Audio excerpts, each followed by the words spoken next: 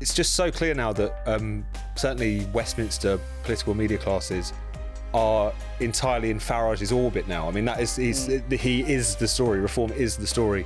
And I think the progressive class thought it was all going their way, that they weren't going to be the ones that were going to be left behind, because everything was going to get more equal, more diverse, more trans, more progressive.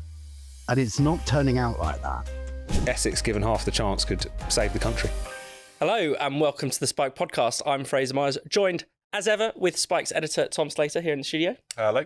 And joining us down the line, we're delighted to have the brilliant, legendary Gareth Roberts. Welcome, Gareth. Hi both. Gareth is a prolific writer. He's written loads of brilliant stuff for us. He's also worked on Doctor Who, I think back when it was good, probably. Yes, long time ago. But we've got loads to discuss today. We'll be talking about Nigel Farage's deportation plan, the twilight of the sensible centrists, and whether Essex Man can save Britain.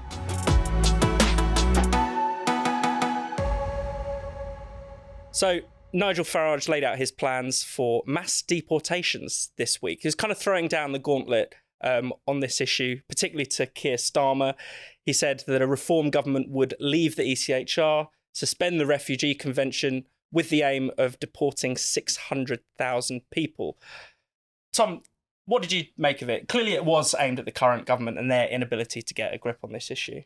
No, I think it was probably the keenest example yet of how Reform are setting the political weather, or probably more accurately, are reflecting where the country is at on these issues. I think they have laid down the gauntlet, absolutely. I think they've put some pretty clear teal water, if that's not too terrible a metaphor, between themselves and the other parties in terms of not just the commitment to deportations and so on, but also probably leaving the ECHR, something that the Tories are almost certainly going to endorse, but are kind of building up to it for reasons that aren't entirely clear. The way in which they did it, again, typically eye-catching, that big departures board with the various different nations to which they plan to be shipping illegal migrants. It's just so clear now that certainly Westminster political media classes are entirely in Farage's orbit now. I mean, he is the story. Reform is the story. And it's because of the fact that they are the only party that have cottoned on to just how strong the feeling is in the country. I think the question of not just migration per se, illegal migration, the hotels or whatever, but the question of borders and control is the central one of British politics now. It has been for a very long time, but we're certainly at a point in which it's very acute. And the other parties are scrambling to respond. It's been fascinating. You've had the kind of usual mix of pearl clutching and this is fascism and so on and so forth from the usual suspects. But it's been particularly interesting to see how Labour seem to only really be able to attack this plan on the basis of expense and competency, which I think tells you everything about how far this debate has moved. Definitely. And Gareth, I think probably most people, ordinary people, would think if someone comes here illegally, they should probably be removed. And there will, of course, be exceptions to that. Refugees, people we want to, people who've been here a long time, everyone can see compassionate exemptions to that. But even just saying that, even saying that coming here illegally will lead to your removal, seems to have sent the political class into a tailspin. Yeah, I mean, they're just completely trapped in their 90s, noughties mindset. I mean, I think picking up on what Tom said there, I think a really interesting thing is that it wasn't so long ago, like 6 months, a year ago, that Farage was saying to people like Stephen Edgington on GB News, I think it was saying, well, actually, mass deportations is impossible. It's just not going to happen.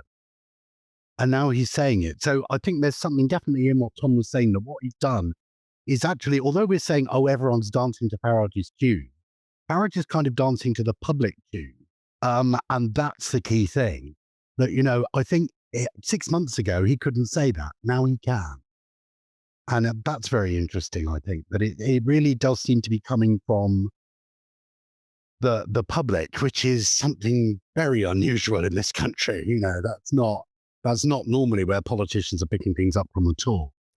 And did you watch any of the press conference? What did you make of that departures board, the giant Union Jack? Because that also seems to have been a big talking point. Yeah, I mean, it's just kind of the perfect sort of, usual sort of reform branding, the merch angle, which I was talking about in an article last week. It's just kind of, I hesitate to use that awful phrase, the Trumpian playbook. But I think there is something about that, very eye-catching, very simple, very basic and very direct, which you can afford to be in opposition, which is something that Kemi, bless her, doesn't seem to realise at all. She really is, I will play this game of Jenga very, very carefully and slowly, but you don't need to. Keir Starmer certainly didn't, when he was in opposition. So, it won't count for anything. Just do it. And I think that's what Farage is doing as well. But it is very telling that he has changed his tune on this quite a lot in the last few months. And that I think is very interesting. Where's it going to go next? And Tom, do you think it's kind of the hotel's protests in particular that seem to have really changed the mood, or at least shown where the public is to the politicians in a way that they can't hide from? Oh, no, absolutely. I mean, on their own terms, the protests have been remarkably successful. I made this point in the piece at the end of last week. The people of Epping have managed to do in about 5 weeks what successive governments have failed to do for 5 years. I mean, these hotels were always essentially a kind of backstop, kind of making up for the fact that they had so many people coming into the country during COVID in particular who needed to be put somewhere. This was never the plan. The Tories wanted to close them. Labour nominally wants to close them. And some grandmothers and parents in Epping managed to do it in, little more than a month. It's absolutely fascinating. I think obviously Farage is responding to that in large part. On Gareth's point about how much he's changed his tune, it's sort of difficult to work out because there's a bit of a kind of war of words between, say, Nigel Farage and Rupert Lowe. What does mass deportation mean? I mean, at the press conference, Farage was saying that essentially what people like Rupert Lowe were calling for was, millions of people, and that was really impractical. How much that is true, and it's unclear. It's also at the time that that spat was really kicking off, was also kind of Rupert Lowe talking about even deporting people who might be British citizens but dual nationals, but somehow complicit in the grooming gang scandal, getting into much more kind of knotty and potentially sinister territory. So it was one of those things where I think there was an element of wanting to kind of draw some kind of bright line. But I think your point is absolutely right, Gareth. This is not about how Farage has wrapped the media and politics around his little finger, the way in which, like some kind of, great manipulator, he's managed to put his own issues on the table. He's there because the public have put him in that position, because opinion is turning towards him, and because people feel that in the form of reform, whether or not they can deliver or not remains to be seen, that they actually have a choice on this question in the way that they haven't done previously. And I think that's going to put them in very good stead going into the next election. And Gareth, I mean, it's almost like we've become almost a little bit too used to the idea of reform being number one in the polls, as if it isn't a once in 100-year phenomenon where one of the, someone outside the Labour Tory duopoly is ahead. I mean, this is so hugely significant for British politics. I mean, I am old enough to remember, which you two probably aren't, when the SDP, the original SDP of blessed memory, were ahead in a couple of polls, which must have been in about 1981, 1982, something like that. And of course, they were, that was quite exciting at the time, particularly I was like 13, 14, I had no historical understanding or perspective at all. So it was like, oh my God, this is going to happen. And of course it didn't. But I think we're in a very different situation now. And what's interesting as well is that I think the normal process of things, if reform weren't there, would be that what always tends to happen is the party that's out, the party that's just been kicked out, after about a year or so, everyone just kinds to forget and drift back towards them, and they say they've changed, and that process happening. But that just doesn't seem to be happening with the Tories at all. And I think Kemi is I'm one of the stalwarts. But I think she's a really good politician and a good leader. But there is such a problem with their reputation and their record. I think it's almost impossible. I can't see Jenrick or anyone actually making much out of that at the moment, particularly when they've got so many dreadful wet MPs of their own, still there, having conniptions about the Farage plan and things like that. It's just, things are really, really bleak for the Tories. And that wasn't the case even with Labour under Michael Foot at the time of the SDP. It wasn't anywhere near that kind of level of people saying we've absolutely had it. Thatcher didn't, her first term, she didn't come in and she didn't have an enormous majority. So even then, it was touch and go slightly, which I think people forget. But yeah, I think it's a very different situation now, and I think it's sort of fascinating because I don't know how long it took Labour from its foundation to becoming the first government, about 20 years. So I suppose if you sort of imagine that reforms like the Brexit Party and UKIP, and maybe it's about the same time. So maybe. And Tom, I mean, we shouldn't also overlook the significance of Farage basically saying, we will leave the ECHR, we will suspend the Refugee Convention. Again, these are sort of ideas that have been in the ether for a very long time, but it's very rare for a politician to grasp the nettle in that way, and also to recognise that actually those are the barriers to dealing with this issue of illegal migration, and anyone proposing to deal with it without touching those things is surely being dishonest. No, absolutely. And I think that the penny is well and truly dropped, not just with the public, but we've even kind of large sections of the political class now, that this aura that surrounds the ECHR, that it is everything that is good and holy, that we are somehow betraying our post-war inheritance and moral high ground if we go anywhere near it, is just complete nonsense. I mean, it's become a kind of chancellors and perverts charter if you look at the kind of ways in which in which judges are taking it. I mean, people not being sent back to Afghanistan because their public masturbation might expose them to oppression in their native homeland. I mean, this is not what Winston Churchill had in mind, I dare say. So this is absolutely clear now. And it's interesting because we talked in recent, the cliche of the day is the Overton window. Yeah. But the way in which you've even got kind of former Labour grandees coming out and saying that at the very least it needs to be suspended for a time, disapplied for a time, so that we can get on top of this.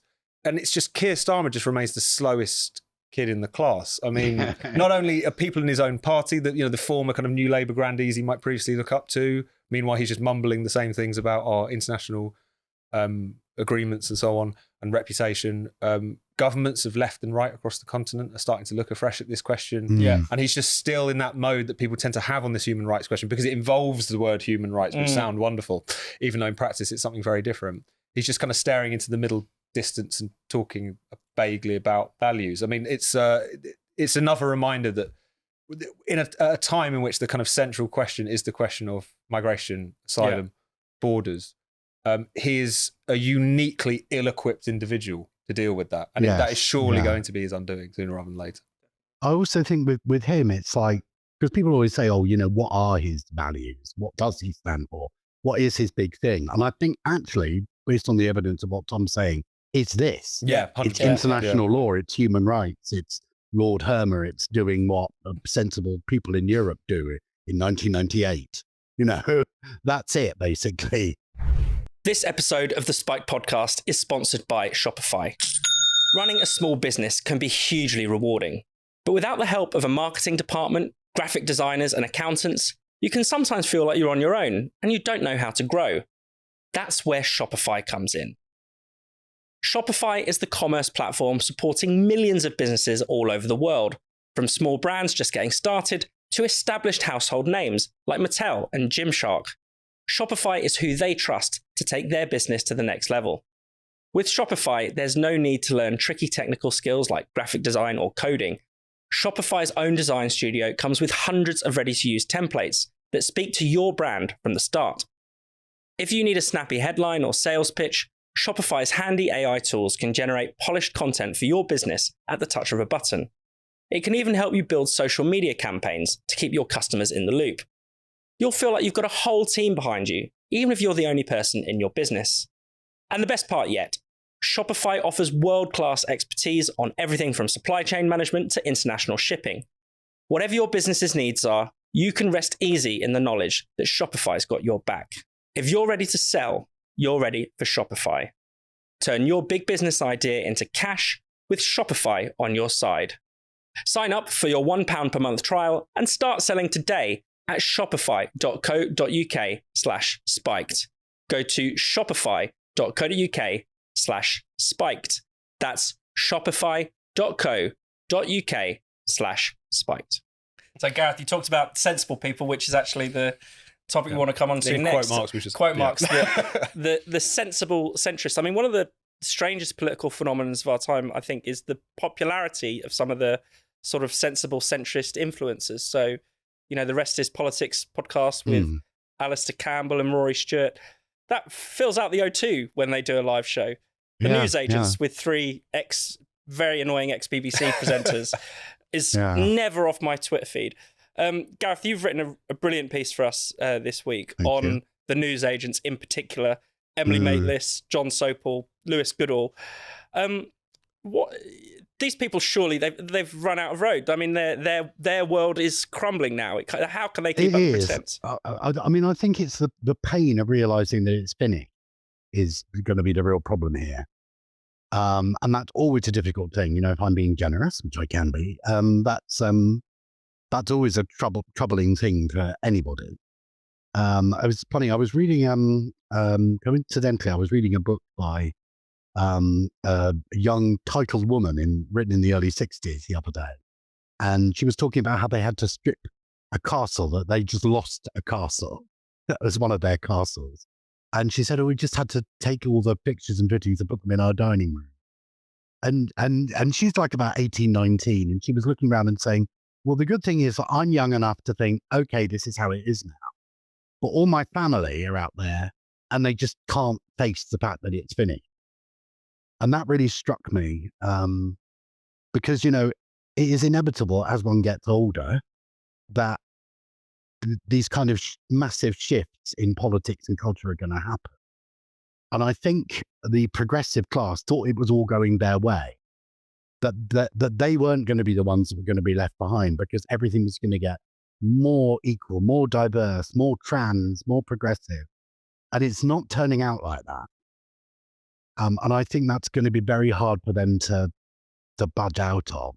But the popularity thing is interesting too, because I think because of the massively fragmented nature of media nowadays, we have an odd idea of what is popular and what isn't. Because in a way, nothing is popular. Because it can't be, when I first started working in TV in the 1990s, we had a panic in Granada if Coronation Street dropped below 18 million viewers.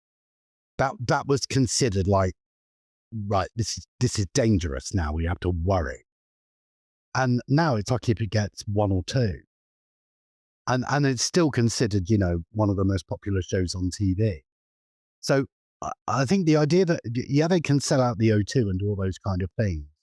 That means that they're sort of, that audience is tiny compared to kind of a popular audience of olden times, or even a popular audience now for, a big West End show or something that runs them, one of those really big hitters or a big pop star, Taylor Swift or Ed Sheeran or something like that.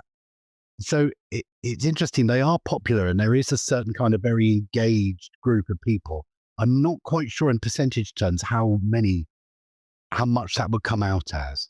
One thing that interested me about this type is how often they're sort of springing to defend the status quo. I mean, on the one hand, it's understandable. Starmer, their man, probably the archetypal sensible in some ways, is in government. But, you've had Lewis Goodall going viral for insisting there's nothing wrong with London.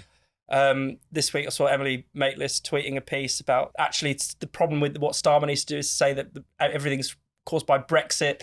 They can't let some of these old things go. Yeah. They're definitely just like, it feels as if they're not living in our current era almost. I also genuinely don't think they're paying attention. Like if you take the news agents in particular, I mean, Lewis Goodall at least gives the impression that he reads the news and things and pays attention to policy to a certain extent.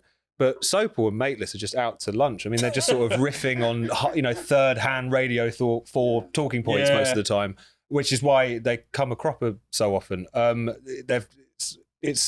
It was hilarious the way in which these shows come about. You have The Rest is Politics presented as 2 people from 2 vastly different parts of the political spectrum who happen to agree on absolutely everything. And then you've got the news agents, which is, the BBC presenters unleashed and what they think is exactly what you assumed they thought. I will never forget when Emily Maitlis first left the BBC and she gave this big set piece speech. I forget where. McTaggart lecture. Yes, exactly. Lecture, yeah. And she, finally someone had the balls to call out the pro-Boris, pro-Brexit bent of the BBC. Yeah. It was just these people are living in a parallel universe, but it's how low effort a lot of it is. I think that's part of the reason they struggle to grapple with the world as it is because they've just been kind of skating through journalistic life for a long time, and therefore it almost doesn't move them to notice what has changed. And it's weird because essentially we might think of them as all, in one way, shape or form, the admirers or children of Tony Blair. And yet even Blair, as much as I despise the man, has noticed which way the wind is blowing on a lot of issues, keeps writing pieces saying this identity politics, this net zero stuff, and this asylum mess needs to be sorted out if centrism or progressivism or whatever he's calling it is going to be remedied. They don't even have any cognizance that things have changed. So it's how ankle deep it is probably the most interesting thing, I guess, for me. Yes, I mean, it was really striking to see Jack Straw this week having piping up about the EHCR.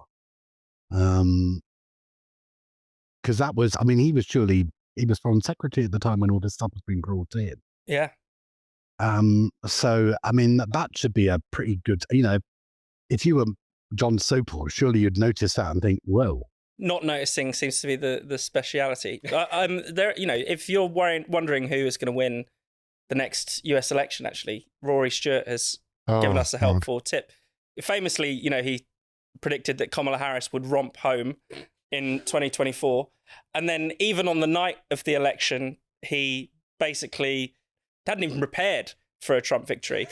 But he's really, really into Gavin Newsom as the next candidate. The kiss of death. The kiss of death. So I shouldn't give out financial or gambling advice, but do put some money on President Vance. Well, the really interesting thing about Rory after that prediction went wrong was he said something like, I was wrong because I was an optimist. Yeah. And I wanted it to be true. In which case, your value as a political analyst is zero. If the world was as good as I am. If these are the things I want to happen. So moving on, sharp handbrake turn to the I guess the polar opposite of the character. Let's talk about Essex Man, because Tom, you've spotted something of a trend. I mean, it started off with Rylan Clark, former X Factor contestant turned, I guess, TV presenter. He was on This Morning, making vaguely sensible noises about illegal migration. We've had the Epping protests, of course, with men and women there protesting against illegal migration. We have the ubiquitous Tom Skinner, former Apprentice star, always popping up, promising or potentially pledging to run for mayor of London. So is Essex Man our saviour, potentially, Tom? Can he save Britain? That was the Essex Man and woman, I should say. That was the tweet which became a piece, as is often the way these days. If anything is to constitute a trend in journalistic terms, you just need to have 3 examples. So we've got that, so we can make this point.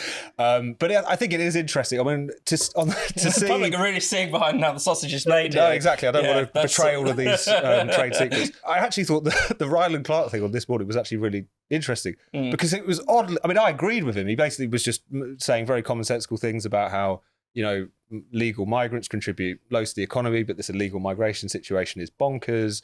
We've got so many people who've lived in this country their whole lives who are struggling, and yet we're putting them up in hotels. He made a point of saying that whilst not all of them are wrong-uns, some of them are going to be wrong-uns if you don't know who they are and what they're capable of. It's entirely kind of commonsensical, reasonable points, but it was, like I say, oddly bracing to see it expressed on morning television.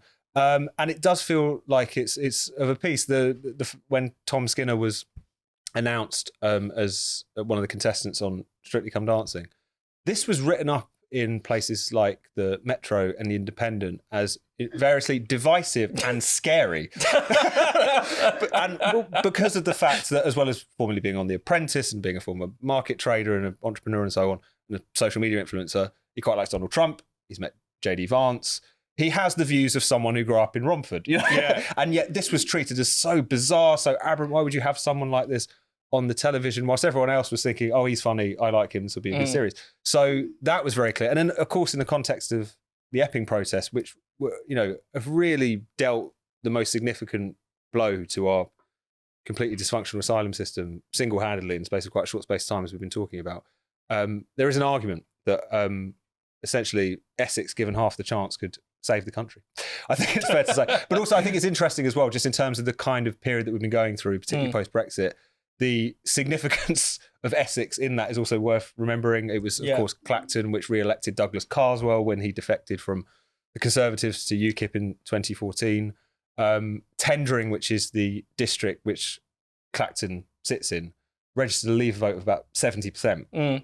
And of course, that town of Clacton-on-Sea is now represented by one Nigel Farage. So if you connect a bunch of dots, I think there's a good case to be made that whether it's pushing back against the kind of crazy ideologies of the elites or just being a kind of tonic and an antidote to the stifling politically correct turn of culture, then a lot of the Essex influences are pretty significant in that way, I would say. Yes, yeah.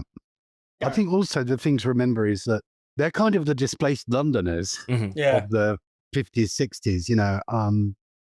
That is who these people are. I mean, I grew up in Buckinghamshire, which sounds posh, but not the bit I was in. And a lot of the people there were similarly displaced from London in the 50s and 60s, including my parents. I mean, they had a sort of mongrel background, but they settled in London and then they moved out to have the kids. So it's a kind of milieu that I'm quite familiar with. And I think, well, there's always a danger of sort of lionizing groups of people.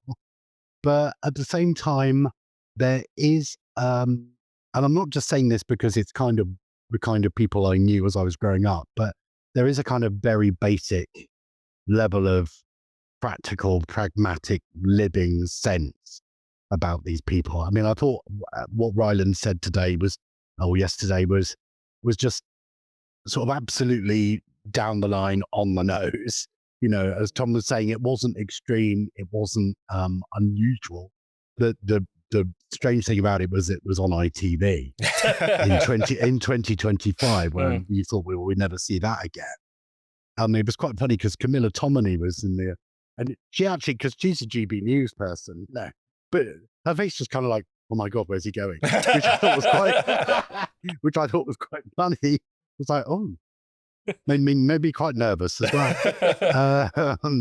But it was, you know, it wasn't an unusual thing. It was just basically bloody obvious stuff. But the basically bloody obvious is now extremely contentious.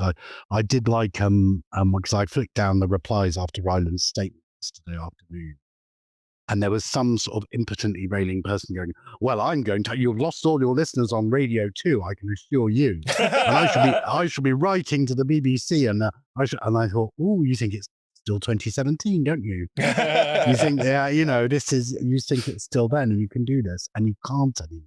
And I think Ryland saying that was a very good bellwether, if you like, for how the conversation has changed.